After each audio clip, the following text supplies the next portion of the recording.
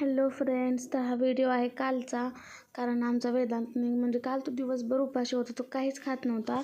आणि मग जेव्हा त्याला विचारलं मी रात्री 6 वाजता की बाबा तुला काय खायचं सांग, जेव्हा तो क्लासमधून आला, कारण मी त्याला चपाती भाजी वगैरे सगळं भरवून झालं होतं, पण तो काय खात नव्हता, थुकून टाकत होता. मग त्याला विचारलं की सांग तुला जे पाहिजे ते मी करून देते, पण तू खा.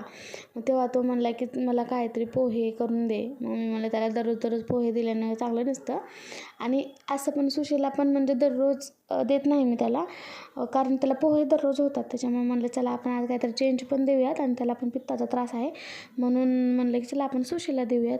आणि मला असं वाटतं की हा पदार्थ सुशीला आहे ना लातूर आणि सोलापूरच्या भागाकडे जास्त केला जातो, म्हणजे आमच्या भागाकडे, कारण मी लातूरची आहे ना, आमच्या भागाकडे खूप केला जातो हा, जास्त प्रमाणात करतात हा. एखाद्या वेळेस नाश्त्याला पोहे नसतात पण हा सुशीला असतो, आणि याला सुशीला म्हणतात. तर सुशीला करण्यासाठी काय करायचं, मुरमुरे अगोदर भिजायचे, म्हणजे पोह्याला जसं भिजवतो ना तसेच भिजू द्यायचे. आणि मग नंतर कढईमध्ये राई टाकला मी. मला आणि जास्त म्हणजे मी शेंगदाणे भाजून घेतले नव्हते, त्याच्यामुळे मी डायरेक्ट तेलामध्ये फ्राय होण्यासाठी शेंगदाणे टाकले, आणि नंतर कढीपत्ता टाकला.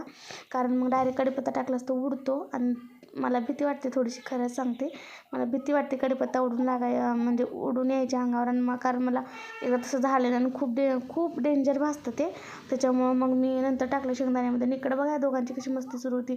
वेदांतीला पागल म्हणत होता, तर मी फोडणीमध्ये शेंगदाणे आणि कढीपत्ता झाल्यानंतर मी हिरवी मिरची आणि कांदा टाकला फक्त. आणि एकदम साधं बनवते मी, त्यात साखर वगैरे असं मी काही टाकत नाही, कारण मला नाही आवडत. आता ज्याची ज्याची इच्छा असते, तुम्हाला टोमॅटो पण टाकायचं असतं तर खूप जण टोमॅटो पण टाकतात त्याच्यात, पण मला काही आवडत नाही म्हणून मी नाही टाकलं. तुम्हाला टाकायचं असेल तर तुम्ही टाकू शकता. मग मी हळद आणि मीठ टाकलं आणि व्यवस्थित त्याला हलवून घेतलं, आणि नंतर मग मुरमुरे टाकले त्यात. मुरमुरे पण मग मस्त असं मिक्स केले त्याला. आमचा वेदांत आणि ती दिदीची मस्ती सुरूच होती इकडं, आणि तिला व्हिडिओमध्ये यायचं होतं म्हणून मग मी तिला व्हिडिओमध्ये घेतलं. आणि वेदांत तिला पागल आहे म्हणत होता. तर त्या दोघांचं भांडण म्हणजे ते सुरूच असतं, ते होतं. आणि इकडं मी मस्तपैकी असं सुशीला हलवून घेतला. मला एकदम सिंपल असं जास्त आवडतो. मग आणि मी कोथिंबीर पण टाकली नाही, म्हणजे तो बाहेर जाण्यासाठी निघत होता, मला खेळायला जायचे.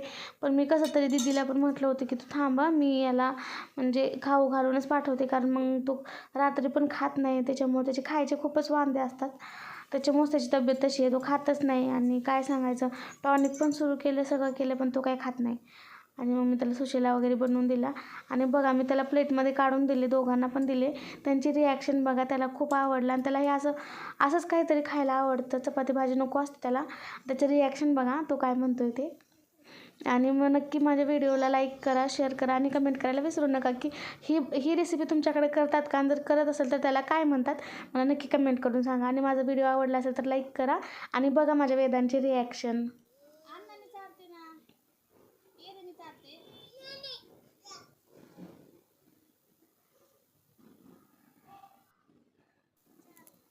त्याला एवढं आवडलं होतं ना की तो म्हणत होता मम्मी चारू नको, माझं मी खातो, तू नको चारू मला, तू पागल आहे मम्मी, चारायचं नसतं, असं ते बोलत होता मला मध्ये. मग मी त्याला म्हणले जाऊ दे ठीक आहे, घाण तर घाण, पण खाऊ दे, खाली सांडलं तर. मग म्हणलं जाऊ दे, खाली गळालं तर गळालं, पण तो हाताने खातो हेच याच्यातच सगळं आलं. तर चला बाय, उद्या भेटूया आपण एका नवीन व्लॉगमध्ये. बाय.